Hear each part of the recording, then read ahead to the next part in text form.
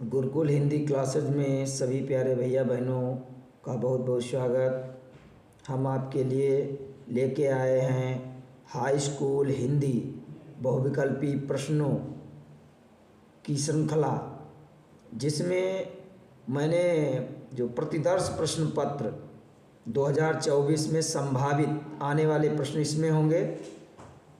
मैंने 2 practice set हल किए हैं, जो जल्दी जल्दी आप लोग देख लें। सभी प्यारे भैया बहनों से निवेदन है कि चैनल को लाइक करें, सब्सक्राइब करें। इसमें आप देख लें, ये अति महत्वपूर्ण प्रश्न है। संभावित 2024 में इनमें से अधिकांश प्रश्न आपको मिलेंगे, तो इसलिए आप इसको कायदे से देख लें बहुत शीघ्र ही। पहला प्रश्न है,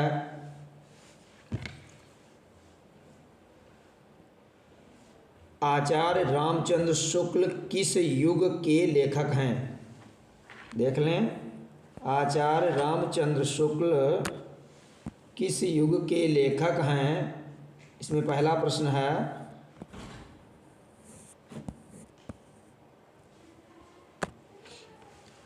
आचार्य रामचंद्र शुक्ल किस युग के लेखक हैं? तो इसमें राइट आंसर हो जाएगा शुक्ल युग, क्योंकि इन्हीं के नाम से इसका नामकरण किया गया।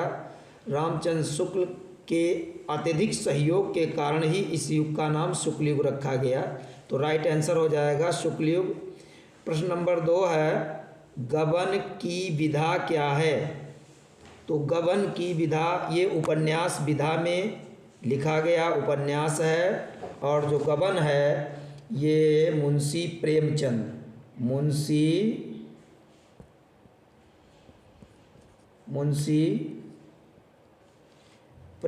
द्वारा लिखा गया है।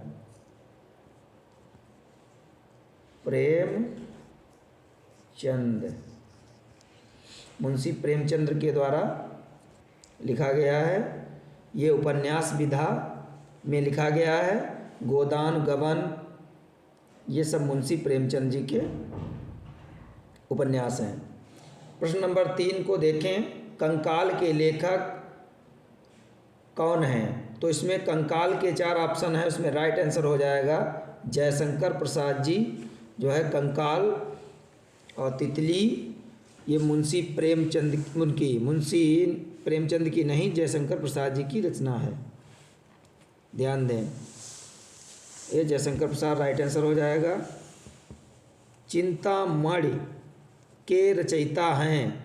तो चिंतामणि के रामचंद्र शुक्ल, या इनका निबंध संग्रह है चिंतामणि रामचंद्र शुक्ल, इसके रचनाकार हैं। प्रश्न नंबर 5 है, त्याग पत्र। प्रश्न नंबर 5 है, ऊपर बढ़ा लेंगे। प्रश्न नंबर 5 में लिखा है, प्रश्न नंबर 5 ध्यान देंगे प्यारे बच्चों, त्याग पत्र के लेखक का नाम? तो इसका राइट आंसर हो जाएगा जैनेन्द्र कुमार। त्याग पत्र जो है उसके लेखक जो हैं जैनेन्द्र कुमार जी हैं। अगला प्रश्न है, रीतिकाल का अन्य नाम है? तो राइट आंसर हो जाएगा, रीतिकाल को श्रृंगार काल भी कहते हैं। रीतिकाल को श्रृंगार काल कहते हैं, क्योंकि इस काल में श्रृंगार परक अधिक रचनाएं हुई। तो ये आपके 6 प्रश्न हो गए। नेक्स्ट देखें, प्रश्न नंबर 7,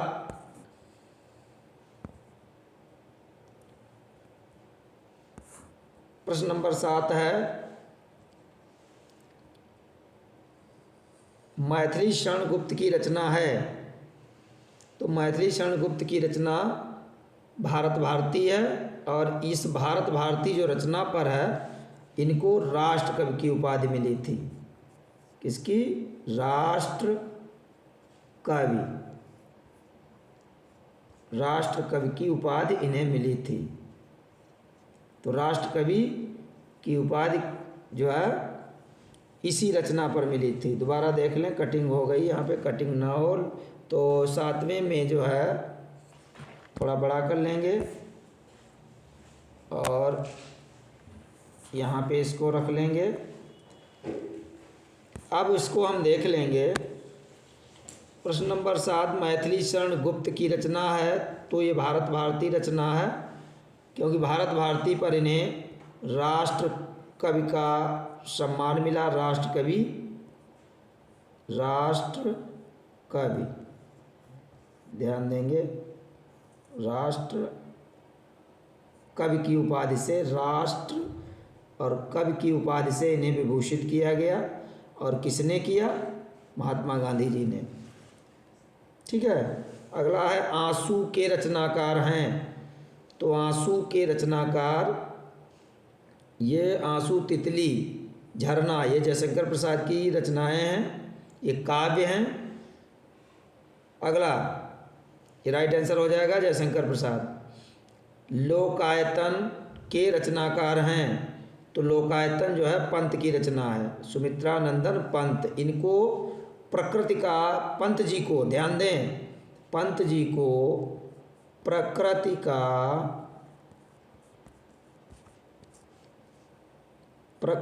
का सुकुमार कवि कहते हैं। सुकुमार कवि, इनको प्रकृति का सुकुमार कवि कहते हैं। बच्चे ध्यान देंगे। अगला प्रश्न, तो राइट आंसर हो जाएगा पंत जी। अगला प्रश्न है, ध्यान देंगे, इसमें राइट आंसर पे आप टिक कर लें।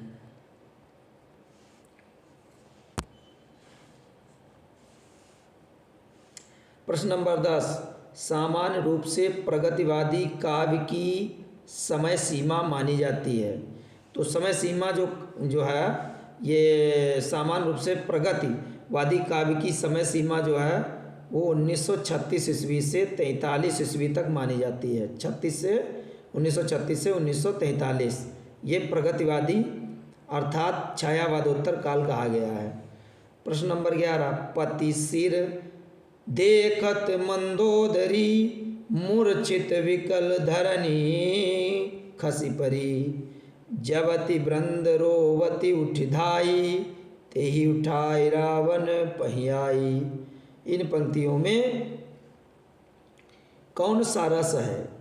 तो समझ में आ रहा है, पति सिर देखत मंदोदरी, मंदोदरी ने अपने पति रावण का सिर देख करके, मूर्छित विकल धरनी खसी परी, मूर्छित होकर के धरनी पर अर्थात धरती पर गिर जाती है। जबति वृंद रोवती उठ धाई, वृंद माने समूह, उसे रोते हुए तमाम लोग जाकर के उसे उठाकर लाते हैं। जबति वृंद रोवत उठ धाई, रोते रोते उठ करके दौड़ पड़ती है। समूह, वृंद माने समूह, ते ही उठाए रावण पही आई, और वह ते ही उठाए रावण पही आई, और जहाँ पर रावण हैं उनको उठवाने के लिए सभी आ जाते हैं। ते ही उठाए रावण पही आई। अब यहाँ शोक समझ में आ रहा है कि रावण मर गया है, तो मंदोदरी शोक ग्रसित हो गई है। शोक ग्रसित होने के कारण जहाँ शोक होता है तो करुण रस का स्थायी भाव शोक होता है, यहाँ करुण रस हो जाएगा जहाँ शोक हो जाए।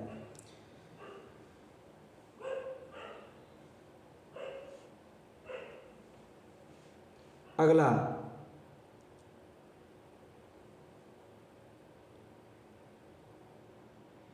चरण कमल बंदो हरिराई में अलंकार है। चरण कमल बंदो हरिराई, तो चरण और कमल ये पास पास में है, योजक चिन्ह लगा बीच में, तो खास पहचान है। जब उपमेय और उपमान, उपमेय और उपमान, कौन? उपमान पास पास में हो और बीच में योजक चिन्ह लगा हो। तो देखो चरण है उपमेय, ये चरण उपमेय हैं, कमल उपमान है, दोनों के बीच में छोटा सा योजक चिन्ह लगा है, यानी चरण और कमल में अभेद बताया गया है, कोई भेद नहीं है। जहाँ अभेद अभेद पाया जाए, मतलब उपमेय और उपमान में, तो वहाँ रूपक अलंकार होता है। एक रूपता दिखाई जा रही है उपमेय और उपमान में, तो इसमें राइट आंसर हो जाएगा जो है रूपक अलंकार। एक रूपता दिखाई जा रही है। इसको ऊपर बढ़ा लेंगे प्यारे बच्चों, इसको ऊपर बढ़ा लेंगे। रूपक अलंकार तक सही हो गया था। अब है कबहु सुधार। ध्यान देंगे कि कबहु सुधार अपार वेग सो, कबहु सुधार अपार वेग नीचे को धावे, हर हराति लहराति सहस जो जन चली आवे। गंगा अवतरण, गंगा अवतरण जगन्नाथ दास रत्नाकर ने लिखा है कि हर हराति लहराति सहस जो जन चल आवे, कबहु सुधार अपार वेग नीचे को धावे।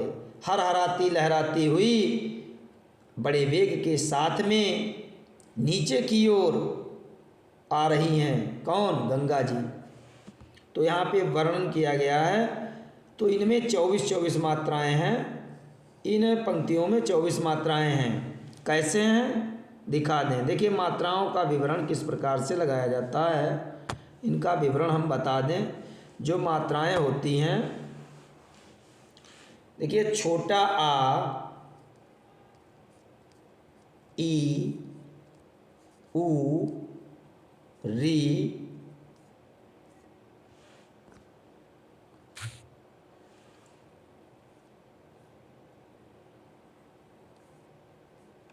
ऋ और चांद बिंदी, ये वाली, इनकी मात्राएं एक एक गिनी जाती है। शेष जितने भी हैं अर्थात बड़ा आ, बड़ी ई, बड़ो ऊ, बड़ा आ, बड़ी ई, बड़ो ऊ, बड़ी री,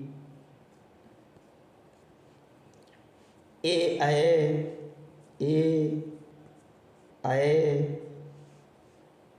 ओ, आओ, अंग और आह, इन दोनों की मात्राएं दो गिनी जाती हैं। दो को ऐसे लिखते हैं, ये इनकी मात्राएं दो। शेष जितने भी हैं ये ऊपर वाले, इनकी मात्रा एक, इनकी मात्राएं एक रहेंगी। अ, ई, उ, री और चंद बिंदी जिनमें लगेगी उनकी मात्रा एक। शेष बड़ा, बड़ी, बड़ो, ये बड़ो ऊ है, ध्यान दें, बड़ो ऊ, बड़ी री है, ये री के बाद बड़ी री, ए, ओ, अंग आ, इनकी समस्त मात्राएं दो होती हैं। ध्यान देंगे प्यारे बच्चों। अब इसमें है कबम, इसमें 24 मात्राएं होंगी, राइट आंसर है। अब कैसे होंगी, अब इसको देखेंगे। अब इसमें हम मात्राएं लगा रहे हैं, प्यारे बच्चे ध्यान देंगे।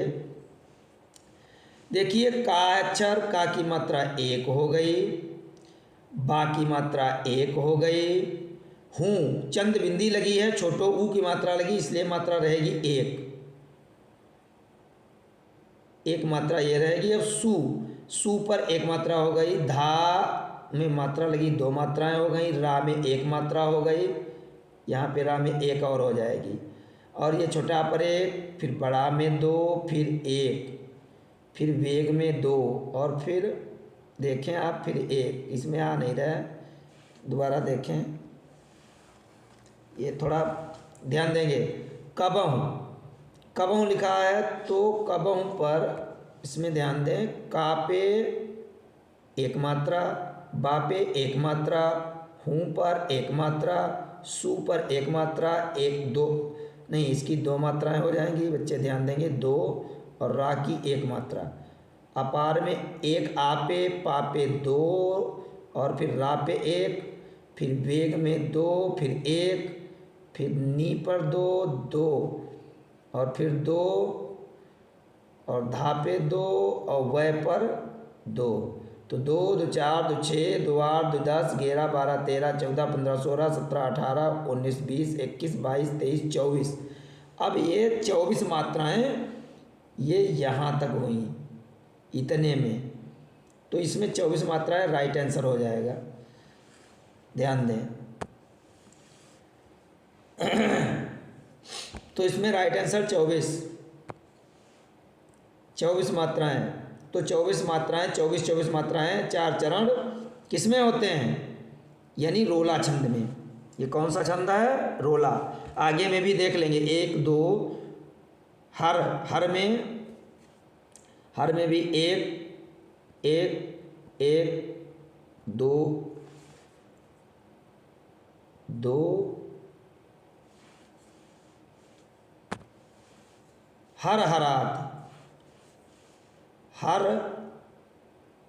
में मात्रा, हा में 1 रहेगी, रा में 1 रहेगी, फिर हा में 1 रहेगी, फिर रा में 2 और फिर 1 और फिर ला में 1, हा में 1, रा में 2, ती में 1, सहा से 1 1 1, जोजन 2 1 1, चली चा में 1, ली में 1, आ में 2 और फिर उसमें 2। तो 2 2 4 5 6 7 8 2 10 11 12 13 14 15 16 17 18 19 20 21 22 23 24। इसमें भी 24 मात्राएं 4 चरणों में 24 हो रही, यानी ये छंद है रोला। ये रोला छंद है और इसमें 24 मात्राएं हो रही। राइट आंसर 24 मात्राएं। ध्यान दें। निर्जीव ऊपर बढ़ा लें थोड़ा। निर्जीव में निर उपसर्ग है। कौन सा उपसर्ग है, निर, क्योंकि निर और इसमें जीव जोड़ देंगे तब हो जाएगा निर्जीव। निर प्लस जीव, यानी निर माने रहित, जीव माने जीव, जीव से रहित, जीव है ये वाह।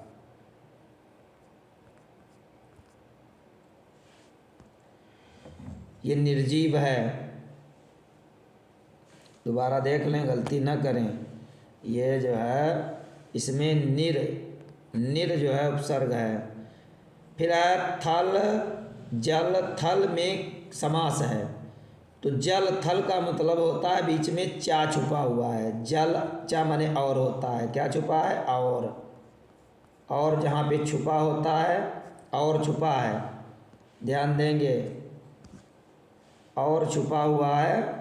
तो जहाँ चा का लोप होता है वहाँ द्वंद्व समास होता है। राइट आंसर हो जाएगा द्वंद्व समास। कौन सा समास, द्वंद्व समास राइट आंसर हो जाएगा। जहाँ चा का लोप होता है वहाँ द्वंद्व समास होता है। Right answer. जल थल समास में द्वंद्व समास है। Right answer. कान का तत्सम, संस्कृत के मूल शब्दों को तत्सम कहते हैं। जो हमारी भाषा में ज्यों के त्यों ले लिए गए हैं उन्हें कहते हैं तत्सम। तो तत्सम क्या है, तत्सम ये संस्कृत के मूल शब्द, संस्कृत के मूल शब्द, संस्कृत के मूल शब्द होते हैं उन्हें तत्सम कहते हैं। तो तत्सम ये कर्ण हो गया, कर्ण राइट आंसर हो जाएगा। कान का कर्ण। और जो भाषा में प्रयोग में आते आते जिनका रूप बिगड़ जाता है उन्हें तद्भव कहते हैं। तद्भव क्या है, हमारी भाषा में चलते चलते बिगड़ा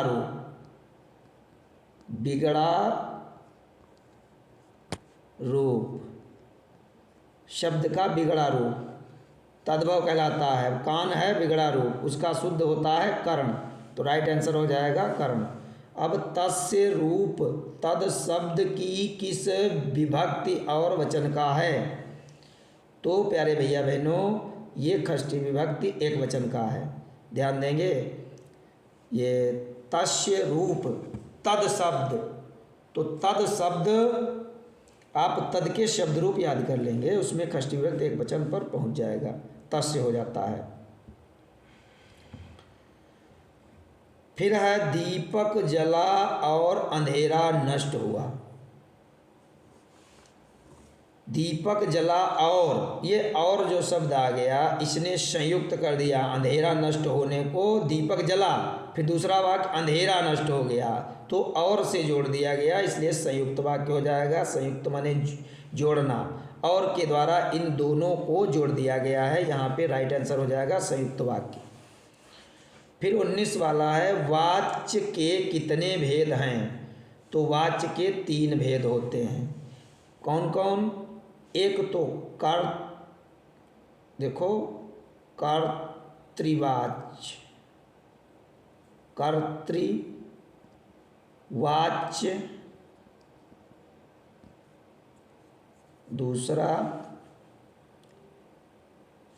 दूसरा होता है कर्मवाच्य,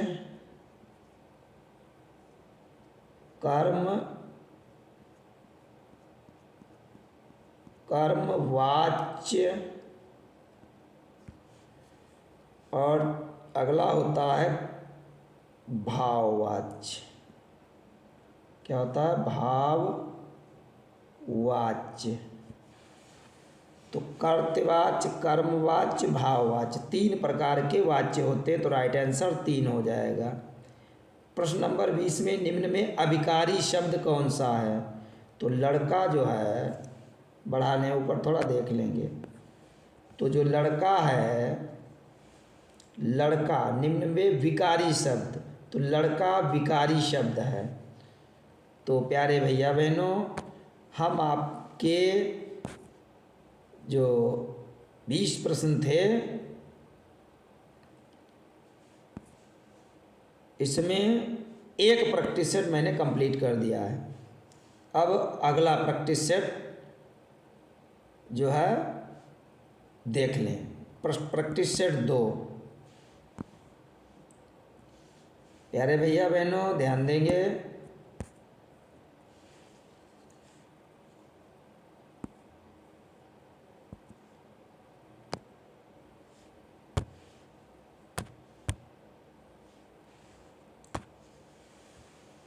प्रश्न नंबर 1 है पंचांग दर्शन के रचयिता हैं या रचनाकार हैं, तो पंचांग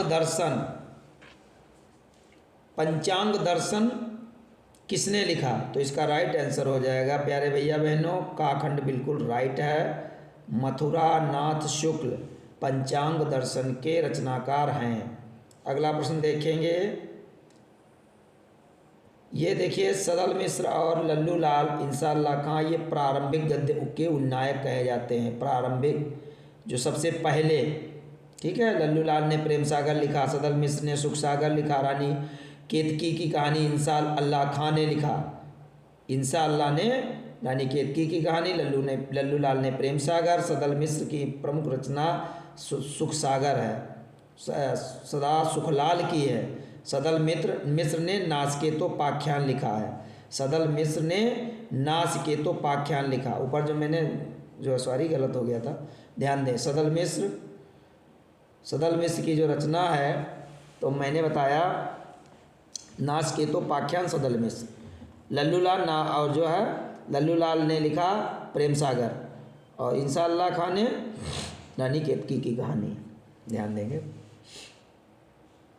सारगंधर रचनाकार हैं, तो सारगंधर ने हमीर रासो नामक ग्रंथ की रचना की। रासो ग्रंथ ये वीर काल कहा जाता है, वीर काल की रचना है, वीर गाथा काल की। किस काल की? वीर गाथा काल की। रासो ग्रंथों की रचना वीर गाथा काल में हुई, इसलिए वीर गाथा काल की रचना है, ध्यान देंगे। हाँ, परमाल रासो जगनिक ने लिखा, खुमार रासो दलपति विजय ने लिखा, बीसल देवरासो नरपति नाल्य ने लिखा।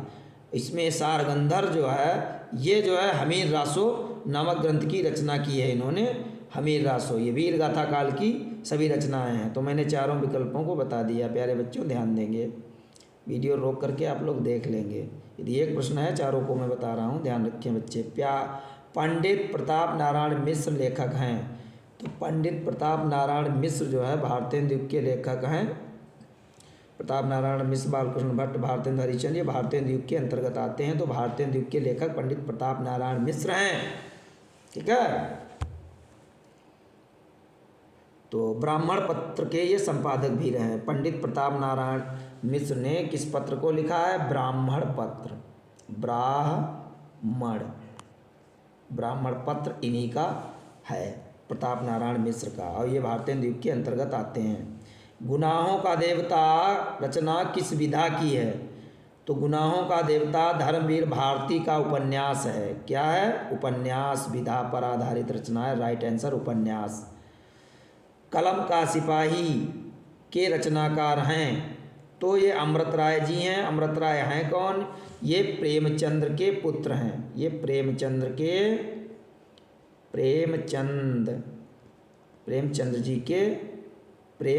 जी के पुत्र हैं।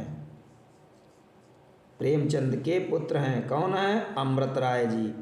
अमृत राय प्रेमचंद के पुत्र हैं। इन्होंने प्रेमचंद की जीवनी लिखी है, कलम का सिपाही। ये जीवनी विधा है। ये कौन सी विधा है? जीवनी। ध्यान रखेंगे, ये अगर कहीं आ जाए तो जीवनी है ये। अमृत राय ने लिखी है कलम का सिपाही, जो जीवनी विधा पर आधारित है। और जीवनी किसकी है? ये इन्होंने अपने पिताजी अर्थात प्रेमचंद की जीवनी लिखी है। नेक्स्ट, चिदंबरा। ध्यान देंगे प्यारे भैया बहन, ध्यान देंगे। चिदंबरा, अंबरा यानी प्रकृतिवादी पंथ की रचना है चिदंबरा। और चिदंबरा रचना पर पंत जी को, जो सुमित्रानंदन पंत जी हैं, इनको चिदंबरा रचना पर ज्ञानपीठ मिला था। ध्यान रखें, ज्ञानपीठ पुरस्कार। कौन पुरस्कार? ज्ञानपीठ पुरस्कार।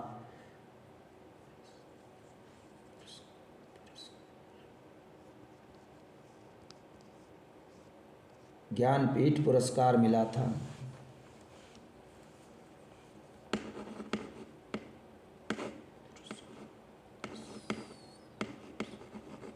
ज्ञानपीठ पुरस्कार मिला था इनको किस रचना पर? तो ज्ञानपीठ पुरस्कार इनको चिदंबरा रचना पर मिला था पंत जी को। Right answer Pant ji. सुमित्रानंदन पंत की रचना है, तो यहाँ पे ग्रंथि रचना राइट आंसर हो जाएगा। यशोधरा जो है ये नैतृषण गुप्त की है। रस कलश जो है हरिऔध जी की है। राम की शक्ति पूजा सूर्यकांत त्रिपाठी निराला जी की है। लेकिन इसमें राइट आंसर हो जाएगा आपको ग्रंथि। ग्रंथि रचना पंत जी की है। मैंने चारों के रचनाकारों के नाम साथ में बता दिए, ध्यान रखें बच्चे। रीतिकाल की रचना है, तो रीतिकाल की रचना बिहारी सतसई है। बिहारी सतसई में 719 दोहे संकलित हैं। 719 दोहे हैं। ठीक है, तो इसलिए बिहारी सतसई, और ये रीति सिद्ध हैं। रीतिकाल में तो हैं, लेकिन रीति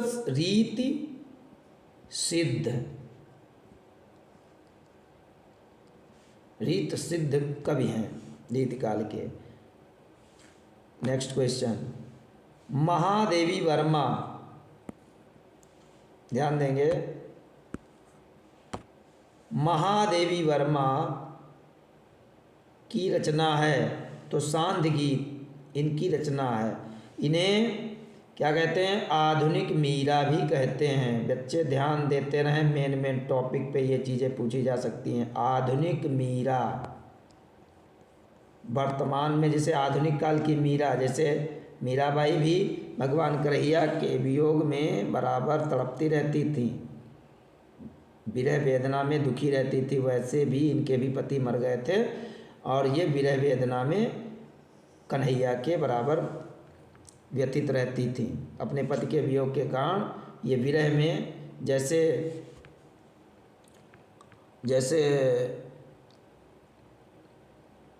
जो है मीराबाई तड़पती रहती थी कन्हैया के प्रेम में, वैसे इनके पति के मरण के कारण ये दुख में दुखी रहती थी। इनके पति महादेवी वर्मा के मर गए थे, इसलिए इनको आधुनिक मीरा भी कहते हैं। और ये विरह की अनन्य गायिका भी हैं। तो राइट आंसर हो जाएगा शांति गीत। प्रश्न नंबर 10 है, प्यारे बच्चे ध्यान दें। 10 में है, नीड़ का निर्माण फिर के रचनाकार हैं। तो हरिवंश राय बच्चन ने नीड़ का निर्माण फिर, नीड़ माने घोंसला होता है, यह आत्मकथा है हरिवंश राय बच्चन की, नीड़ का निर्माण फिर।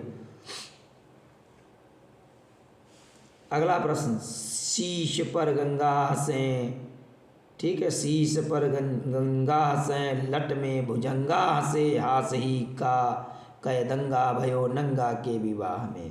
अब देखिए यहाँ हास आ गया, हास नामक स्थायी भाव जहाँ आ जाता है तो वो हास रस वहाँ होता है। ध्यान दें, ये पकड़ लिया मैंने।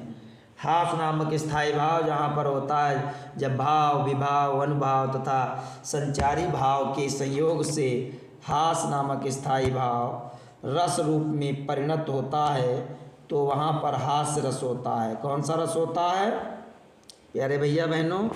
तो वहाँ पर हास रस होता है। तो यहाँ पर देखिए हास आ गया, हास आ गया, इसलिए हास रस है, आँख मीच के आप लिख सकते हैं। इसमें राइट आंसर हरिवंश राय बच्चन। 12 प्रश्न, धाये धाम काम गृह त्यागी, मनहु रंक निधि लूटन लागी। अब मनहु शब्द आ गया, इसको मेन चीज़ें पकड़ लें। मनहु, तो ये मनहु में उत्प्रेक्षा अलंकार हो गया। क्यों?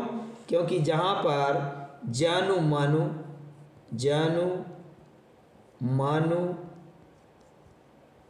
जानहु, मानहु, मानव,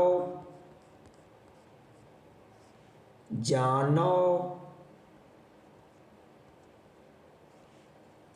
या जानो मानो, जानो,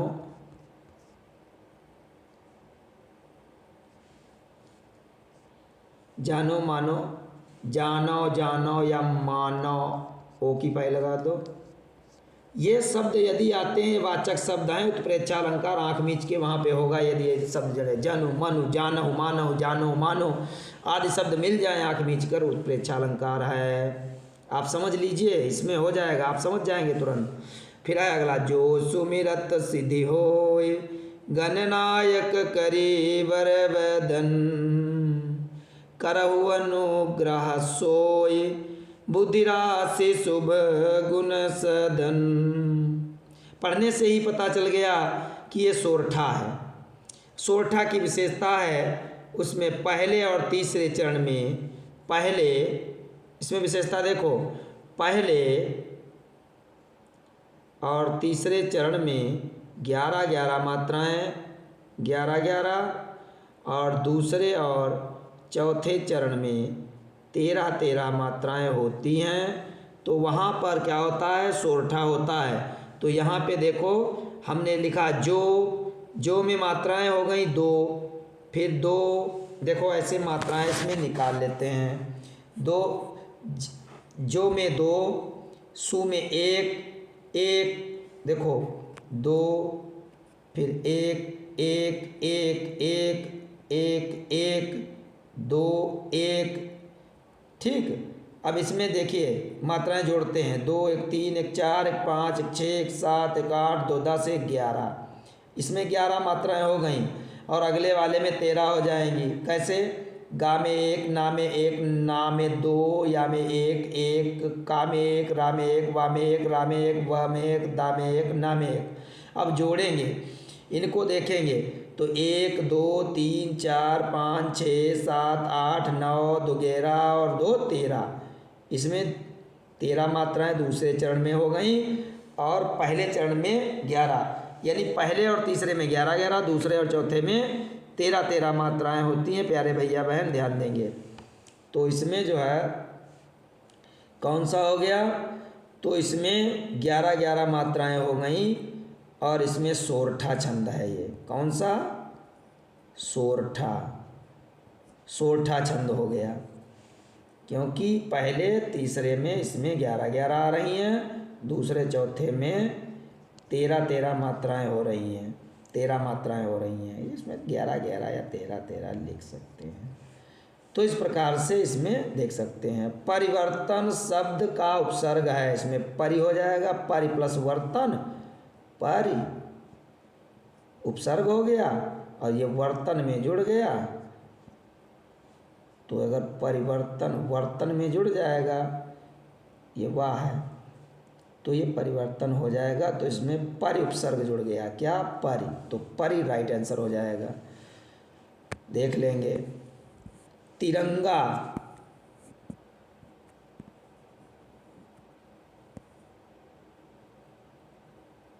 तिरंगा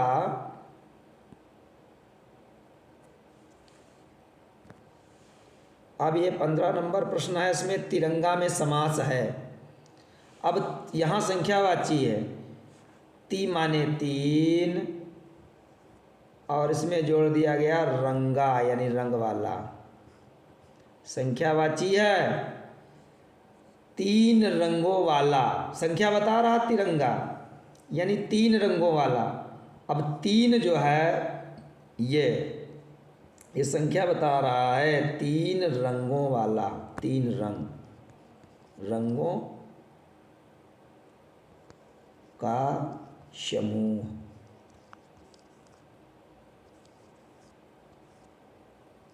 तीन रंगों का समूह यानी तिरंगा, जहाँ संख्या का बोध कराया जाए, समझो। पहला पद संख्यावाची हो, द्विगु समास होता है, यहाँ द्विगु है तिरंगा में। अगला प्रश्न है दूध का तत्सम। अब दूध का तत्सम मानी शुद्ध शब्द क्या होगा संस्कृत का, तो दुग्ध हो जाएगा। राइट आंसर दुग्ध, राइट आंसर दुग्ध हो जाएगा। दूध का राइट आंसर दुग्ध, बैक करके देख लेंगे। राइट आंसर दुग्ध हो जाएगा। क्या हो जाएगा, दुग्ध। राइट आंसर दूध का दुग्ध, ठीक है। ऊपर बढ़ा लेंगे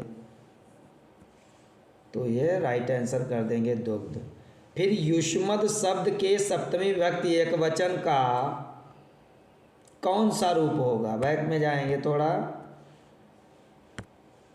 युष्मद शब्द के सप्तमी विभक्ति एकवचन में क्या रूप बनता है, तो इसका युष्मद यानी त्वयी बन जाएगा, ठीक है। त्वयी जो है युष्मद शब्द को देख लेंगे तो उसमें त्वयी बन जाएगा, ये राइट आंसर त्वयी। फिर 18 में यदि कागज होता तो राधा अवश्य पढ़ती।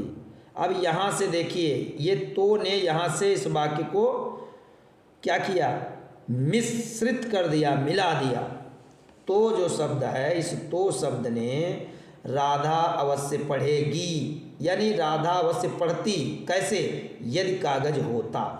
दोनों को किसने जोड़ा, तो ने। तो ने मिश्रित कर दिया, एक में मिश्रित कर दिया, मिला दिया, इसलिए मिश्रित वाक्य होगा। संयुक्त कैसे नहीं होगा, संयुक्त में और से यदि जोड़ा जाए, एवं और तथा से, तो वो संयुक्त हो जाता। लेकिन यहाँ मिश्रित कर दिया, तो जोड़ करके मिश्रित किया गया, तो ये मिश्रित वाक्य हो जाएगा। बच्चे ध्यान दें। वाच्य क्या कहलाते हैं, वाच्य क्या कहलाते, तो वाच्य क्रियाओं के विधान को वाच्य कहते हैं, क्रियाओं के विधान को वाच्य कहते हैं। अब फिर अगला अविकारी शब्द होता है, तो अविकारी शब्द क्या होता है, अव्यय होता है। जो अव्यय होता है, जिसे हम व्यय नहीं कर सकते, वो अव्यय ही अविकारी शब्द होते हैं। ये राइट आंसर। प्यारे भैया बहनों, मैंने आपके 40 प्रश्न बहुविकल्पी जो पीछे के प्रश्न पत्रों में पूछे गए हैं, ये प्रतिदर्श प्रश्न पत्र है, इम्पॉर्टेंट है। ये लगातार कई वर्ष पीछे की परीक्षाओं में कई वर्षों में पूछा गया है, इसलिए सभी बच्चे इसको कायदे से देख लेंगे। इसमें आपके अधिकांश प्रश्न बोर्ड परीक्षा में इन्हीं से रखे मिलेंगे।